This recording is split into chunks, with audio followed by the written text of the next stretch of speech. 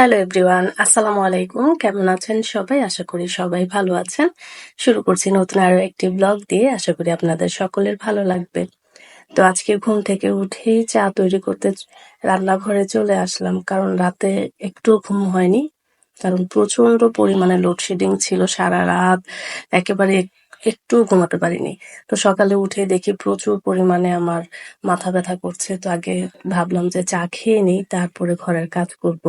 সেই কারণে আগে চা তৈরি করছি। আর এখন বাচ্চাদেরকে একটু রুটি গরম করে দিচ্ছিলাম। আর মা সকালে হাঁটতে বের হয়েছিল। তো হাঁটা হাঁটা শেষ করে দোকান থেকে পরোটা কিনে নিয়ে আসছে।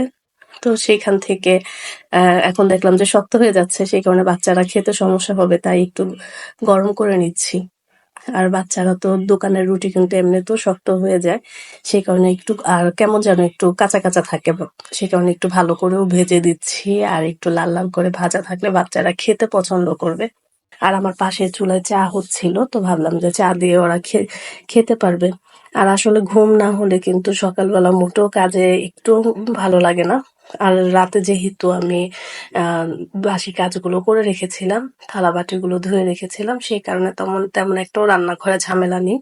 তো আজকে সকালটা একটু ফ্রি ছিল, সেই কারণে ঘুম থেকে উঠে আগে চা তৈরি করছি। কারণ চা না খেতে পারলে কিন্তু আজকে আর সকালে কাজই করতে পারবো না।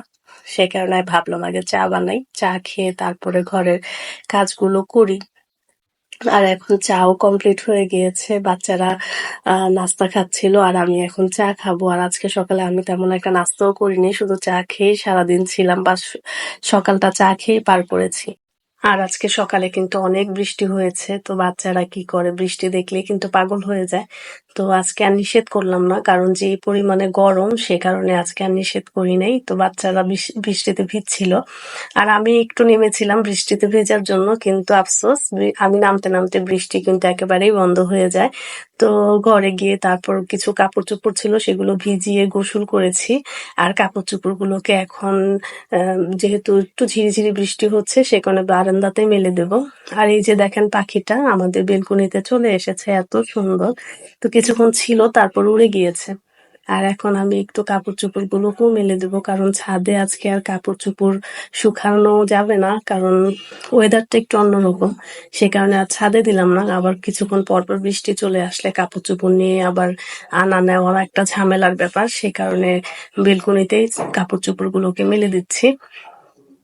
বেলকনিতে কাপড় চোপড় শুকা দিলে একটা সুবিধা হচ্ছে যে বৃষ্টি আসুক আর যাই হোক তেমন একটা হয় না, কি বলে, একটু আনতে হয় না। আর অনেকগুলো কাপড় চোপড় ছিল, আজকে কাপড় চোপড় ধুতে গিয়ে তো আমার হাত পুরোই ব্যথা। তেমন একটা আমি কাপড় চোপড় ধুতে পারি না। আর খুবই আমার এই কাজটা খুবই কঠিন মনে হয়, কাপড় চোপড় ধোয়া কিংবা ঘর মোছা, এই দুটা কাজ কিন্তু আমার জন্য অনেক কঠিন। এখন ঘরের কাজগুলোও সেরে নিব। তো বেডরুমটা আগে গুছিয়ে ফেলবো, কারণ বেডরুমটা যদি অপরিষ্কার থাকে বা এলোমেলো থাকে তাহলে কিন্তু মোটেও ভালো লাগে না। তো সবসময়ের মতো এখন বেডরুমটাকে গুছিয়ে ফেলবো। আর সবার আগে যেহেতু আমি বিছানাটাকে আগে গুছাই, তো আমি সর্বপ্রথম কি করি, ঘর গোছানোর সময় সর্বপ্রথম কাজ হচ্ছে আমি আমার বিছানাটাকে ভালোভাবে বিছানা চাদর উঠিয়ে ঝেড়ে তারপরে বিছাই। তো দিনে যে কয়বার আমি এই বিছানার চাদর উঠাই তার কিন্তু এমনিতেও কোনো হিসাব নেই। আর যেসব ঘরে নাকি বাচ্চা কাচ্চা থাকে সেসব মায়েরাই জানে যে দিনে কয়বার ঘর গুছাতে হয় বা ঘর পরিষ্কার করতে হয়, সেটা আর বলে দেওয়ার মতো কিছু নাই, কারণ বাচ্চার মায়েরাই সব ভালো বলতে পারে। আর আমরা তো একেবারেই, যেহেতু জায়ান সাবিন একই বয়সের দুই ভাই বোন, তো সারাদিনেই দুষ্টুমি করতে থাকে। সেই কারণে আমাদের একটু বেশি ঘরের কাজে সময় দিতে হয়। আর এই তো বিছানাটাও ঝেড়ে ফেলেছি। আর এখন ঘরের বাকি কাজগুলোকেও করে নেব। তো সকাল সকাল কিন্তু ঘর পরিষ্কার রাখাটাও কিন্তু একটা আমাদের ধর্মের মধ্যেই পড়ে যে পরিষ্কার পরিচ্ছন্নতা ইমানের অঙ্গ। তো ঘর পরিষ্কার রাখাটা কিন্তু একটা আমাদের ইমানের মধ্যেই পড়ে। তো যাই হোক, এখন কিন্তু বিছানা ঝাড়া শেষ, এখন বাকি কাজগুলোও করব। আর খাটের সাইডে যে চেয়ারটা থাকে সেটা আমি সবসময় মুছি, কারণ যেহেতু হাতে একটা কাপড় আছে সেটা দিয়ে একটু মুছে ফেললে আর কষ্ট কিসের। তো একটু পরিষ্কারও হয়ে গেল। আর মনে হচ্ছে যে বৃষ্টি এসে যে গরমটা মনে হয় আরেকটু বাড়িয়ে দিয়ে গেল। তো আগে কিন্তু এই সময় প্রতিদিন বৃষ্টি আসতো, একেবারে বিরক্ত লেগে যেত যে প্রতিদিন কেন বৃষ্টি আসে। এই বছর একেবারেই ভিন্ন, যে বৃষ্টি আমি তো দেখিই না, একটু হুটহাট করে মাঝে মাঝে একটু আসে, তার উপরে আবার বৃষ্টি আসার পর গরমের তাপটা আরো বেশি বেড়ে যায়। তো গরমে কিন্তু আমাদের সবার অবস্থা অনেক খারাপ হয়ে যাচ্ছে, মনে হচ্ছে যে রেগুলার মাথা ব্যথা এখন গরমের কারণে সবাই, যে এত গরমের তীব্রতা, সেই কারণে মাথা ব্যথাটাও খুব বেড়েছে। আর আজকে কয়েকদিন যাবত আমি কিন্তু মোটেও নাস্তা বানাই না ঘরে, একটু কিনে আনি বাচ্চাদের জন্য, কারণ সকালে না রান্নাঘরের তাপটা আর সহ্য হয় না। আর ওর বাবাকেও নাস্তা খাওয়াতে পারছি না, যে ওর বাবা না খেয়েই চলে যায়। আসলে অনেক খারাপ লাগে মাঝে মাঝে, যে কিছু নিজের কাছেও অনেক খারাপ লাগে যে আমি, কারণ রাতে ঘুমাতে পারি না, তো সকালে একটু লেট হয়ে যায় উঠতে। আর এতদিন তো অলসতা দিয়েই কাটিয়ে দিলাম। তো এখন তো আবার জায়ান সাবরিনের স্কুলও চালু হয়ে গিয়েছে, তো এখন আবার সেই ব্যস্ততা শুরু হয়ে যাবে। তো এখন আর ইচ্ছে থাকলেও একটু দেরি করে উঠতে পারবো না, বা ইচ্ছে থাকলেই যে নাস্তা বানাবো না, বাহির থেকে কিনে আনবো, সেটা আর চলবে না। এখন সকালবেলা 2 বার নাস্তা তৈরি করতে হবে, যেমন ওদের টিফিনের জন্য আলাদা নাস্তা বানাতে হবে, আবার ঘরের সবার জন্য আলাদা করে নাস্তা তৈরি করতে হবে। তো এখন থেকে আর চলবে না এসব। আর এই তো ঘরের বেডরুমের যা যা ছিল সবকিছু মুছে ফেলেছি, আর এখন একটু ডাইনিং টেবিলটাকেও মুছে দিচ্ছি। তো সবসময় কিন্তু আমি আমার ডাইনিং টেবিলটা সকালে মুছি, কারণ রাতের বেলা খেয়ে যেহেতু আর গুছানো হয় না, সেই কারণে সকালবেলা ঘুম থেকে উঠে ঘরের অন্যান্য জিনিসের সাথে এটাকেও মুছে ফেলি। আর ঘর গুছানোর সময় কি হয় যে একটা যদি বাদ পড়ে যায় তাহলে মনে হয় যে কিছুই করিনি। তো আমার এই অভ্যাস, টুকিটাকি সবকিছুই আমি A to Z গুছিয়ে রাখি। অনেক সময় কি হয় আমি অফ ক্যামেরাতেও গুছিয়ে ফেলি, যে সবকিছু তো আর অল্প সময়ে দেখানো যায় না।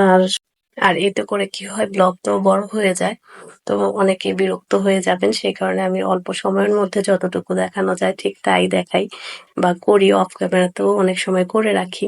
তো আজকের ভিডিওটি যারা দেখছেন তাদেরকে অনেক অনেক ধন্যবাদ। যদি ভালো লাগে তাহলে অবশ্যই লাইক করবেন, কমেন্টস করবেন, কমেন্টস করে অবশ্যই জানাবেন। আর যদি আমার ভিডিও আরো দেখতে চান তাহলে আমার চ্যানেলটিকে সাবস্ক্রাইব করবেন, পাশে থাকবেন। আর আপনাদের সাথে গল্প করতে করতে কিন্তু আমার ঘরের ম্যাক্সিমাম কাজ করা শেষ। এখন শুধু আমার এই তো পানির ফিল্টারটা বাকি ছিল, আর ঘর ঝাড়ু দেওয়াও বাকি আছে, আর বেসিনটা পরিষ্কার করে ফেলবো। আর সংসারের কাজ বলতে যে এইসবই করতে হয় তা কিন্তু নয়, সারাদিনই টুকিটাকি কিছু না কিছু ঘরে থাকেই। আর কাজের তো কোনো শেষই হয় না, কারণ আমরা মহিলারা কিন্তু সারাদিনই ঘরের এটা সেটা করতেই থাকি, বা আমাদের সারাদিনের কাজ একটার পর একটা থাকেই। আর এই তো এখন বেসিনটাকেও পরিষ্কার করে নিচ্ছি, তো সবসময় করে রাখি। আর এটাতে তো আর তেমন একটা সময়ও নষ্ট হয় না, অল্প সময়ের মধ্যেই কমপ্লিট হয়ে যায়। একটু মুছে রাখলে বা পরিষ্কার রাখলে দেখতেও ভালো লাগে। আর অফ ক্যামেরাতে কিন্তু আমি আমার পুরো সম্পূর্ণ ঘর ঝাড়ু দিয়ে ফেলেছি। তো আজকের মতো এখানে বিদায় নিচ্ছি, দেখা হবে নতুন আরো একটি ব্লগে। ধন্যবাদ সবাইকে, ভালো থাকবেন সবাই, আল্লাহ হাফিজ।